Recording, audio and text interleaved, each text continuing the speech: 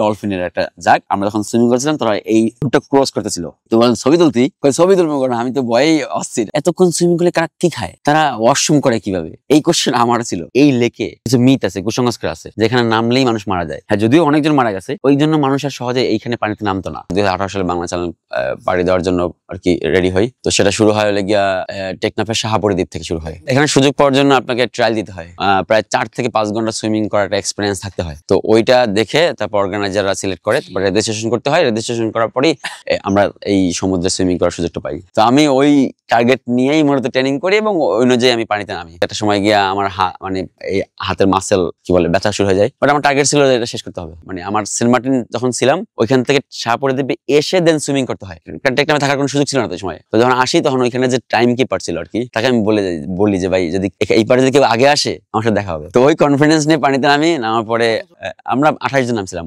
ওইবারই big amount ছিল। তার আগে 2 জন 3 জন 5 জন সুইমিং করছিল। তো ওইবার আমি অংশগ্রহণ করে ওই পারে যখন যাই তখন ওটা সর্বনিম্ন টাইমিং ছিল 3 ঘন্টা 8 মিনিট 7 সেকেন্ডে আমি ওই পটটা পাড়ি দিই। বাংলা চ্যানেলের ওই পটটা পাড়ি দিয়ে ওটা রেকর্ড হয় ওই সময়, সবচেয়ে কম টাইমে আমি রেকর্ডটা ব্রেক আপ করি। আসলে সমুদ্রের বিশালতা চিন্তা করলে এটা ভয় লাগার একটা ব্যাপার। আমি আসলে এই বিশালতা চিন্তা করি নাই, আমি চিন্তা করছি এটা আমি যেখানে প্র্যাকটিস করছি প্র্যাকটিস গ্রাউন্ড, মানে এরা সার্জেন জোরে লাগালে পুকুর, আমাকে ওই পারে যাইতে হবে 3 ঘন্টা কি 3.5 ঘন্টার ভিতরে যাইতে হবে। আমি জাস্ট টাইমিংটাকে আসলে ক্যালকুলেশন করছি, আমি ডিস্টেন্সটা ক্যালকুলেশন করি নাই। আসলে সুইমিং করার দুইটা টেকনিক আছে, একটা হলো গিয়া ব্রিদিং কন্ট্রোল আর বডি কন্ট্রোল। এই দুইটা যে খুব ভালোভাবে রপ্ত করবে তার কাছে সুইমিং খুব বেশি কঠিন না। ফ্লোটিং ক্যাপাসিটির ভিতরে দুইটা ব্যাপার আছে, একটা হলো গিয়া হরাইজন্টাল ফ্লোটিং আর একটা ভার্টিক্যাল ফ্লোটিং। হরাইজন্টাল ফ্লোটিং আবার দুই ভাবে করা যায়, একটা হলো গিয়া উপর হয়ে করা যায়, চিৎভাবে করা যায়। তো এই বিষয়গুলো যখন রপ্ত করা হয় তখন এই পানির ফোবিয়াটা কমে যায়। এতক্ষণ সুইমিং করলে কারা কি খায়, তারা ওয়াশরুম করে কিভাবে, এই কোশ্চেন আমার ছিল। তো এই কোশ্চেন খুঁজতে গিয়ে অবশ্যই হাইড্রেশন পয়েন্টের দরকার আছে। যেমন রানিং করতে গিয়ে 1 ঘন্টা পরে বা আধা ঘন্টা পরে আমরা হাইড্রেশন পয়েন্টে খাবার খাই, এখানেও তেমনি খাবার খেতে হয়। কিন্তু এবারে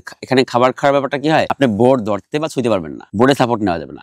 বোর্ড থেকে আপনাকে খাবার দিবে, আপনাকে যে খাবার লাগবে, আপনি যে খাবার রাখছেন ওই খাবার আপনাদের দিবে। আমরা ম্যাক্সিমাম টাইম কি করি, আমি 1 ঘন্টা পর খাই। প্রথমে 1 ঘন্টা পর খাই, পরেরটা খাই 45 মিনিট পর, পরে আধা ঘন্টা পর, এরকম করে খাই। খাবারগুলো ম্যাক্সিমাম টাইম লিকুইড খাবার থাকে। তো ওই ক্ষেত্রে আমরা যে করি, আমি পছন্দ করি ম্যাক্সিমাম কলা, খেজুর, এই বিষয়গুলো খাইতে পছন্দ করি। ম্যাক্সিমাম টাইম আমরা কি করি, লিকুইড খাবার ট্রাই করি। সেটা হতে পারে স্যালাইন পানি খাওয়াটা তেমন উচিত না, আমরা লেবু পানি খেতে পারি, ডাবের পানি খেতে পারি, বা জুস বানাই ওইগুলো খেতে পারি, তাহলে সহজে এনার্জিটা গেইন হয়। আসলে আমরা জানি যে কোনো স্পোর্টস এর আগে অবশ্যই ওয়ার্ম আপ করে নিই আমরা, 10 মিনিট 15 মিনিট ওয়ার্ম আপ করে নিই। ওয়ার্ম আপ করলে আমাদের জন্য সুবিধা হয়। সেক্ষেত্রে আমরা বেশ কয়েকটা জিনিস খেয়াল রাখি। অবশ্যই আগের দিনের রাতের খাবারটা গুরুত্বপূর্ণ। এমন খাবার খাওয়া যাবে না যে খাবারটা খাইলে মানে হজম হইতে অনেক টাইম লাগে। এই জন্য আমরা এমন খাবার খাই যেটা খুব দ্রুত হজম হয়ে যাবে। ঘুমটা ভালো হওয়া জরুরি, ঘুমটা ভালো হয়ে সকালে ওয়াশরুম, এই 3টা জিনিস আমরা খেয়াল রাখি। ডলফিনের একটা জাগ, আমরা যখন সুইমিং করছিলাম তোরা এই রুটটা ক্রস করতেছিল, তো বলেন ছবি তুলতি, ছবি তুলবো কারণ আমি তো ভয়েই অস্থির, আমি কখন ছবি তুলবো। তো এটা বলার পরে আমি বললাম যাক, তাও আমাদের কোনো ক্ষতি হয় না, চল আবার শুরু করি। আমি বাংলা চ্যানেল ডাবল ক্রস করছি, সেটা প্রায় অ্যাবাউট 35 কিলোমিটার। তবে আমার 65 কিলোমিটার সুইমিং করার এক্সপিরিয়েন্স আছে। সিলেটের সুরমা নদীতে, আমাদের ওটা 23 সালে হয়, 23 সেপ্টেম্বর। এটা সিলেটের কানাইঘাট থেকে আপনার কিন ব্রিজ পর্যন্ত, এটা ছিল 65 কিলোমিটার। আমরা সুইমিং শুরু করি 11 জন, সকাল 7:30 শেষ হয় আর এটা শেষ হয়ে গিয়ে মাগরিবের পরে। তো আমার সময় লাগছিল প্রায় 11 ঘন্টা 14 মিনিট। আমি আসলে দেশের ভিতরে অনেক জায়গায় সুইমিং করে এক্সপিরিয়েন্স থাকলেও দেশের বাইরে সুইমিং করে এক্সপিরিয়েন্স আমার 23 সালের আগে ছিল না। আর আমি ওশেন ম্যান নামে একটা ব্যাপার আছে, ইভেন্ট আছে, সেটা গিয়ে ওয়ার্ল্ডের অনেক জায়গায় হয়। 10 কিলোমিটার সুইমিং করতে হয় ওশেনে, আর শেষ করতে পারলে ডেজিগনেশন পাওয়া যায় ওশেন ম্যান। 23 সালে আমার একটা সুযোগ আসে। আমি 19 সালে থাইল্যান্ডে ট্রাই করি, ব্যর্থ হই। 20 সালে ইন্দোনেশিয়া যাওয়ার জন্য ট্রাই করি, তাও ব্যর্থ হই, মানে ভিসার কারণে।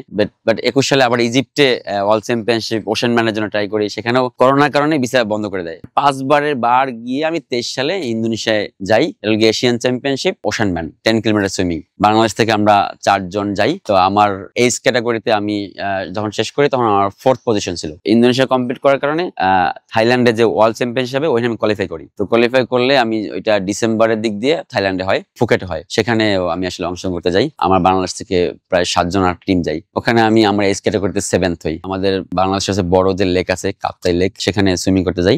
রাঙ্গামাটির যে জেলা প্রশাসক একটা সুইমিং আয়োজন করে, তার 13.5 কিলোমিটার সুইমিং, সেখানে আমি 3 ঘন্টা 54 মিনিটে এই পটটা শেষ করি এবং আবার মানে ফার্স্ট ফিনিশার হিসেবে কাউন্ট হয়ে আমার চ্যাম্পিয়ন হওয়ার একটা সুযোগ হয়। এটা উদ্দেশ্য ছিল যে এই লেকে কিছু মিথ আছে, কুসংস্কার আছে, যেখানে নামলেই মানুষ মারা যায়। হ্যাঁ, যদিও অনেকজন মারা গেছে, ওই জন্য মানুষ আর সহজে এইখানে পানিতে নামতো না। তো এই মানুষের যে ভয়, এই ভয়টা কাটানোর জন্য এখানে জেলা প্রশাসক এই আয়োজনটা করে। আর এই লেকটা এত চমৎকার ছিল যে পানি স্বচ্ছ ছিল, 1 2 ডান দিকেও পাহাড়, বাম দিকেও পাহাড়, মানে এই পাহাড়ের ভিতর থেকে সুইমিং করার এক্সপেরিয়েন্স ছিল অসাধারণ। 2018 সাল পর্যন্ত শর্ট ডিস্টেন্স সুইমিং এর সাথেই অভ্যস্ত ছিলাম, পুলে কিংবা পুকুরে এর সাথেই। সেটা সর্বোচ্চ হতে পারে 1 কিলোমিটার বা 1.5 কিলোমিটার। তো এর বেশি এক্সপিরিয়েন্স আমার একদমই ছিল না 2018 সাল পর্যন্ত। যখন ঢাকা বিশ্ববিদ্যালয়ের সুইমিং টিমের ক্যাপ্টেন হলাম তখন আমার মনে হলো যে একটু আরো বেশি ডিস্টেন্সে সুইমিং করা যায় কিনা। কারণ আমি শুনে আসছি ব্রজেন দাসের নাম শুনে আসছি, কিংবা লং ডিস্টেন্স সুইমিং এ আরো অনেক অনেক বিখ্যাত মানুষের নাম শুনেছি। তারা যদি সুইমিং করতে পারে তাহলে আমরা কেন পারছি না। আমি বাংলা চ্যানেলের নাম শুনি যে সমুদ্রে সুইমিং করা যায়, টেকনাফ থেকে সেন্ট মার্টিন এরকম একটা রুট আছে। তো আমি তখন আমার সিনিয়র যারা আছে তো এনাদের সাথে যোগাযোগ করি, ওনারা বলছে যে তুমি যদি সুইমিং পারো তাহলে তুমি আসো, দেখি কি করা যায়। প্রায় 3.5 মাস থেকে 4টা মাস আমি এই লং ডিস্টেন্স সুইমিং এর দিকে দাবিত হওয়ার জন্য নিজেকে তৈরি করি। আমার ইচ্ছা এই ইংলিশ চ্যানেল পাড়ি দেওয়া এবং ওয়ার্ল্ডের টাফেস্ট যে 7টা চ্যানেল আছে এই চ্যানেলে পাড়ি দেওয়া, এবং দেশে এবং বিদেশের যে ইভেন্ট গুলো হয় বিভিন্ন সুইমিং নিয়ে, আসলে এই লং ডিস্টেন্সের এই সুইমিং এ অংশগ্রহণ করা, আর বাংলাদেশের যে ওপেন ওয়াটার সুইমিংটাকে অনেক বেশি মানে পপুলার করার একটা আমার একটা ইচ্ছা।